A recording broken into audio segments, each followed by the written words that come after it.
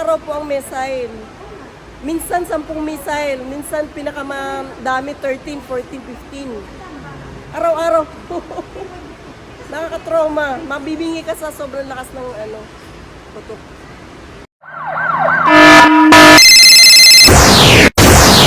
Luzon, Visayas at Mindanao, worldwide, tuwang-tuwa at nakauwi na sa Pilipinas ang ilang natin mga OFW na stranded at yung iba naman ay sadyang umuwi na matapos sila'y gastusan ng kanilang amo para lamang makalabas sa pinangyayarihan ng mga pagsabog.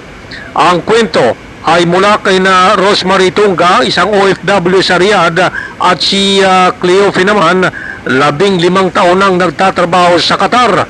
Anila, inabutan sila ng pambobomba habang nasa airport at na-cancel ang kanyang flight ayon kay Rosemary at napilitan ng kanyang amo na iparibok ang kanyang ticket at ito ay nagawa ng paraan ng bumayahin na ang Oman Airlines at siya ay nagbiyahe mula Riyadh patungo ng Oman at Oman, Manila.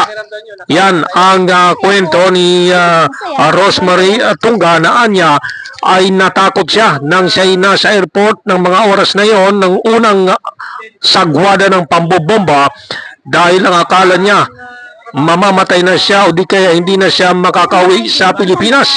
Ayon naman kay Cleofe, isang OFW sa Qatar, nagpasya ang kanyang mga amo na umalis sila ng Qatar at magbiyahe ng ilang oras patungo ng Saudi Arabia. Maswerte lamang siya at hindi pa expire ang kanyang visa at nakalabas siya ng Qatar. Sa kwento niya, hindi umano talaga sila makakatulog dahilan sa napakatindi ng mga pagsabog at nakakabingi. Halos 10 hanggang 13 ang mga pagsabog habang naroon sila sa Qatar. At ito ang naging dahilan para sila ay lumikas patungo sa Saudi Arabia. Sarado, di ba? Sarado? Hindi bukas po kasi depende lang sa airlines. Yung Oman po sila nagbukas pero yung ibang airlines hindi naman nagbubukas. Bukas po ang Riyadh, ang airport bukas. Pero yung ibang mga flight cancel kasi hindi makabiyahe yung airplane. Ang Riyadh Airport ito, ha? Opo. Riyadh Airport. Opo. Galing kayo Riyadh. King Khalid. Tapos papunta ng Oman. Oman. Tapos Oman. Oman to Manila. Anong masasabi mo ngayon? Ay, yung po, mga magbibiyahe pa uwi, huwag mag-alala kasi okay naman.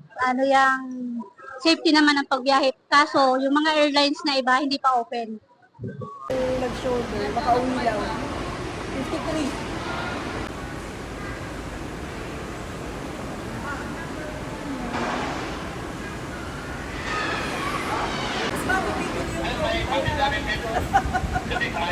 Balik mo nito pa rin niya ako. Masala ko